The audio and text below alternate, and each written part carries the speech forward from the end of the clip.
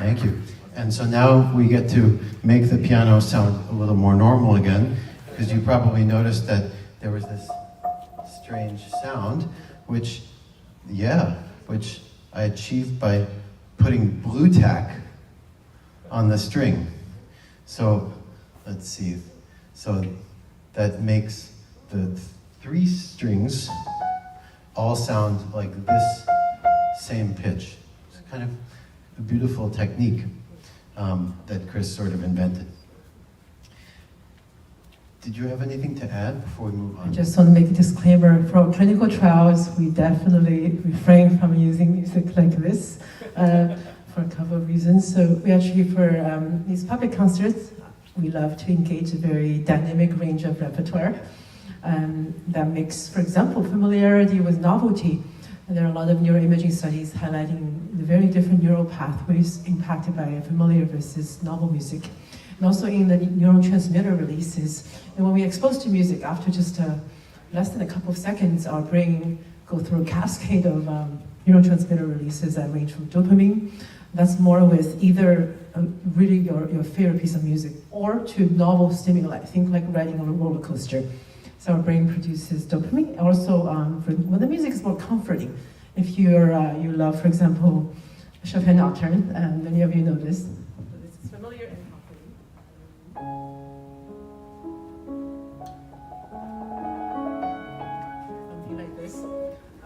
brain is more likely to produce such as serotonin and even oxytocin, and the social engagement is a large part of our musical enjoyment as well. So we listen together with our loved ones. That also can enhance the output of these neural pathways. And so I just want to say how specific we are when we choose music for our clinical trials versus, we also very specific when we choose music for the concerts as well. But heterogeneity and diversity are a few factors that will come to mind.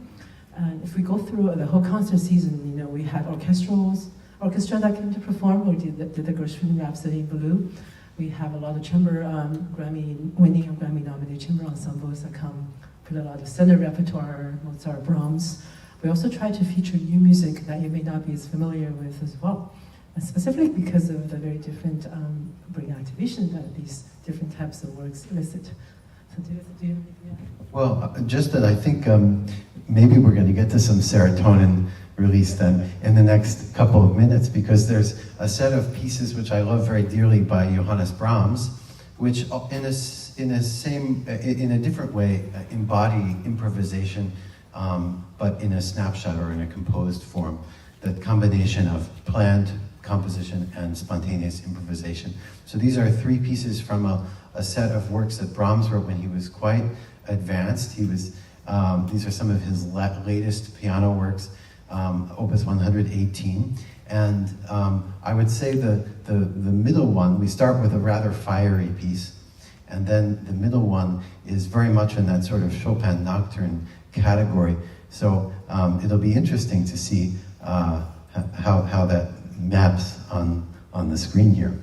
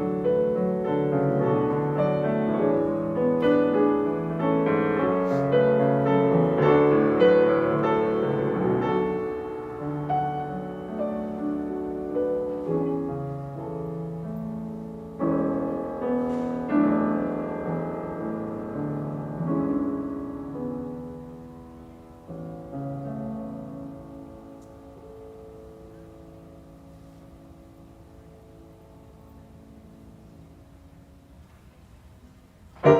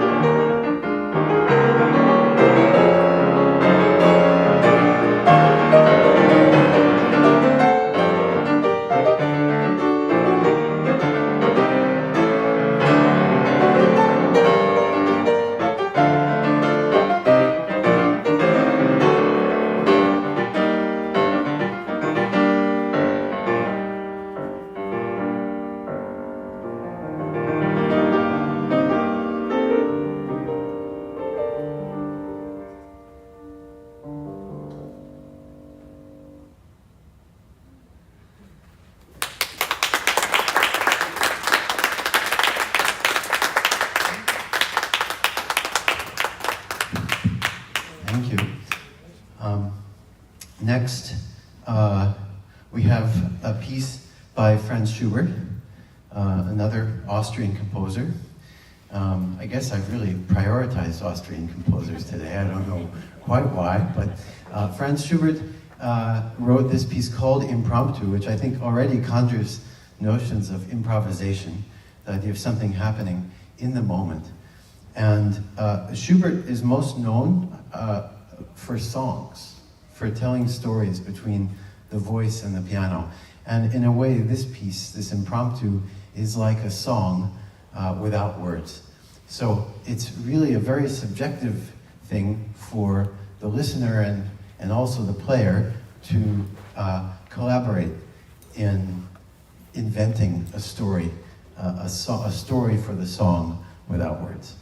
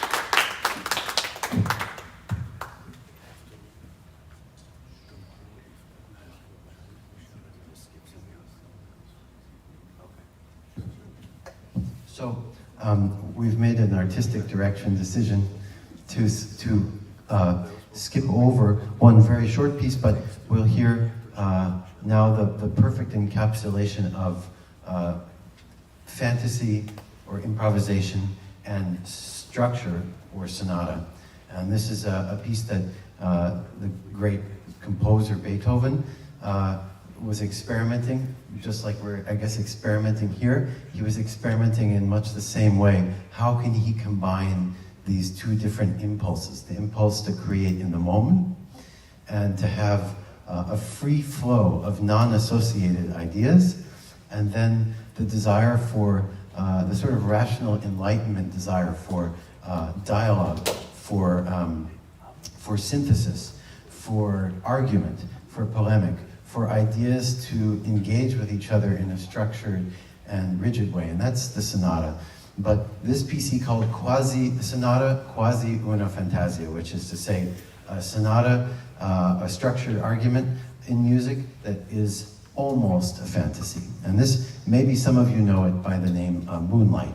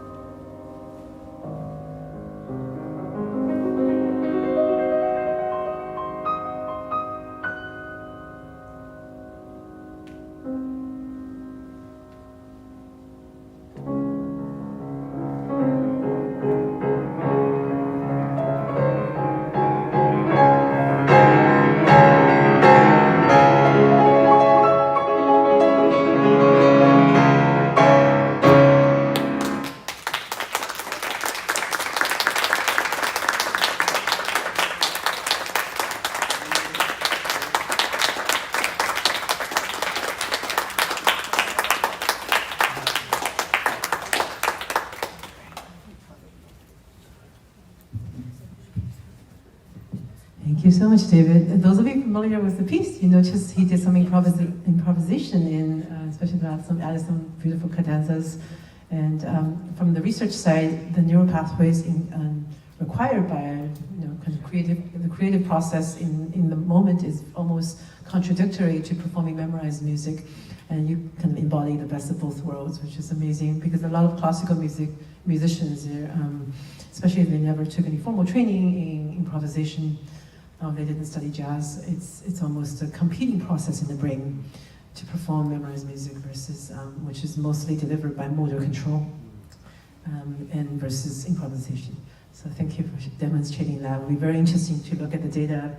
But did you change the cadenzas in the moment, or were they executed the same way each time? No, I've never been able to play them the same twice. So, yeah, no, if you try to quote unquote improvise the same thing again, that becomes composition. And then performing it the same way, that's precisely what Dr. Mei is talking about, that it becomes memorizing lines as opposed to improvising a skit. It is a very different sort of process. And actually there's, I don't know, to go into it, I don't know how much we have time for or want to, but I think jazz players who are much more accustomed to playing in an improvised way, but of course preparing and practicing a lot in order to be able to do so. It would be a fallacy to think that, you know, it's just divine inspiration that they might get and then it sounds so amazing. No, they're practicing in much the same way we practice. But if you try to grab onto an idea that you love too much, then that's the Achilles, that's the thing, the precise thing which kills the moment of performance, because then you're trying to essentially play something that's prepared but not prepared well enough. If that makes any sense. I don't know if that is clear. Thank you, David. And on the audience side, the clinical implications, we want to be able to prescribe music. So, for example, we have a study I mentioned earlier. We're looking at the impact of music in dementia patients, early to moderate stage, and how music may help with agitation and sleep, very fragmented sleep, some of them experience. So experiencing this type of music, it's almost like taking a little mini vacation for your brain.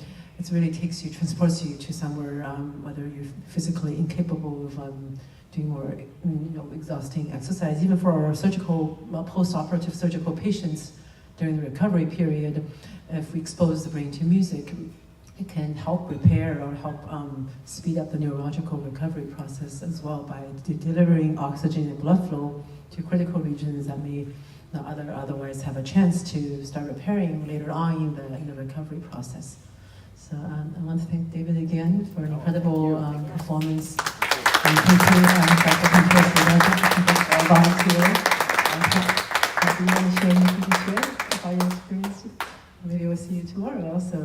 And then thank you, Marie and Dr. Deschamps, for the beautiful artwork we can take a look at. Every time it's very different what the patients create. It's a collaborative project.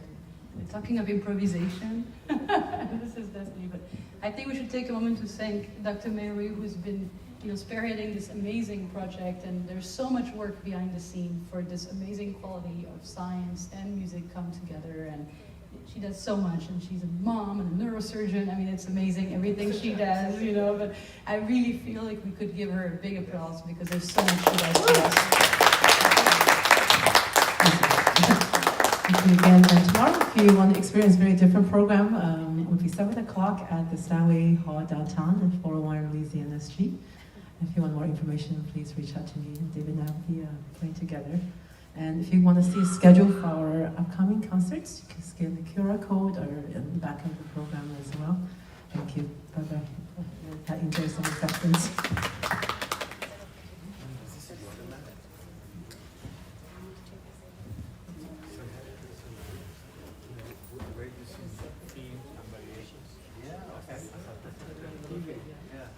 I'm a second Chelsea.